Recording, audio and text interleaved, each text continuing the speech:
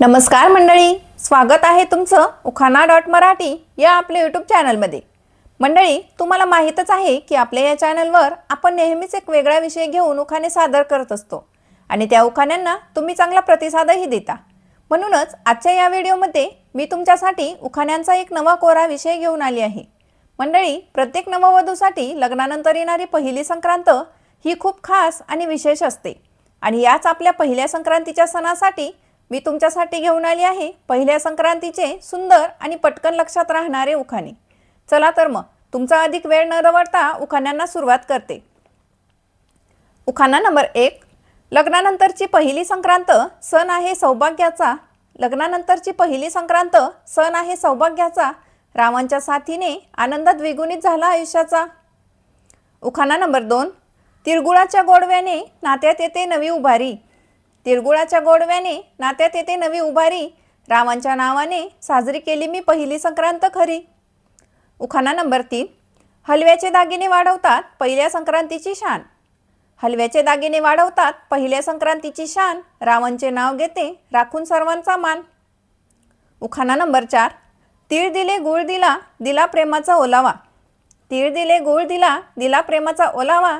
रामांच्या आयुष्यात कायम असावा माझा विसावा। उखाणा नंबर 5। लग्नानंतरच्या पहिल्या संक्रांतीचा उत्साह आहे भारी। लग्नानंतरच्या पहिल्या संक्रांतीचा उत्साह आहे भारी। राम आणि माझी जोडी लाखात एक खरी। उखाणा नंबर 6। नव्या संसाराची स्वप्ने मनात आहेत घर करून। नव्या संसाराची स्वप्ने मनात आहेत घर करून। रावांचे नाव घेते संक्रांतीचा सण साजरा करून। उखाणा नंबर 7। पहिल्या संक्रांतीला घातले हलव्याचे दागिने आणि नेसली काळी चंद्रकळा। पहिल्या संक्रांतीला घातले हलव्याचे दागिने आणि नेसली काळी चंद्रकळा। रावांच्या प्रेमाचा मला लागलाय चांगलाच लळा। उखाणा नंबर 8। तिळगुळ घ्या गोडगोड बोला, सर्वांना सांगते आवर्जून। तिळगुळ घ्या गोडगोड बोला, सर्वांना सांगते आवर्जून। रावांचे नाव घेते तुमचा मान राखून।